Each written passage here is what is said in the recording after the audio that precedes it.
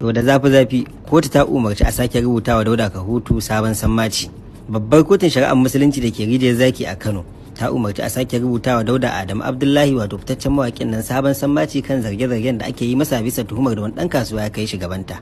Shin akan menene ake mai waɗannan tuhume-tuhume ga wanda ya karasa? Ana Muhammad Ma'aji, ni ne wanda nake karar Dauda Rarara a gaban mai shari'a.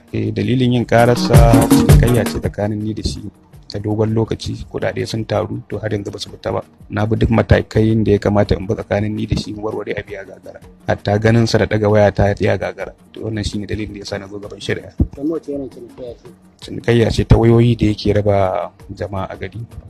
Duk wata waya da ake raba a guri na ake karba a Beirut Road nake. Yan aika mai da sammaci ya gani tunda har ya turo baristan sa har so biyu guri na. Kaga zancen bai gani ba ma bai taso ba. Kuma gashi mun zo gaban shari'a ba su bayyana ba. Kotu ta bada umarni a ƙara kai mai wani sammacin daga nan zuwa ranar 13 ga wannan wata.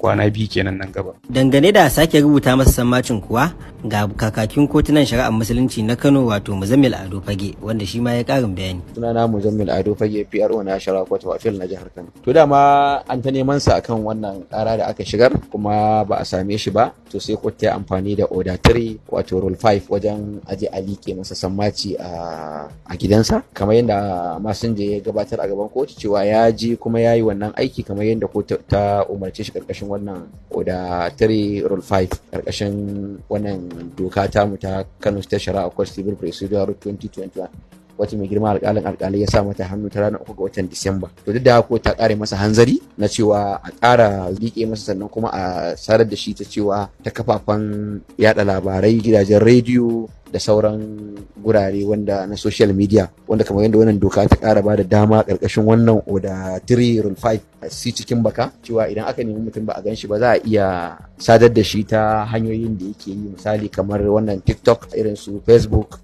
da sauran guraren social media ko kuma gidajen rediyo wanda inda an faɗa zai iya jin abin ko wani nasa zai ci. Saboda ko ta daga ranar 13 ga wannan watan wato jibi kenan cewa aje idan bai zo wannan lokacin ba to kotu za ta ci gaba da inda ta tsaya, dan shi lauyan mai kara ma yayi umarni a kamo shi amma alƙali ya ce a masa hanzari. So za mu jira mu gani zuwa ranar 13 ga wata wato ranar Alhamis kenan jibi, kuma sai mu ga abin da kotu za ta dora. Idan Allah ya sa ya bayyana a gaban kotu to kuma bai bayyana ba, dama can ana zargin cewa iya guje-guje da ma'aikatan kotu baya son wato su ido biyu da ma'aikatan kotu, shi yasa mu aka kai ga wannan amfani da wannan Order 3 Rule 5 wajen liƙe musamman ce a gidansa da yake zuwa. Wannan shine abin da ya faru.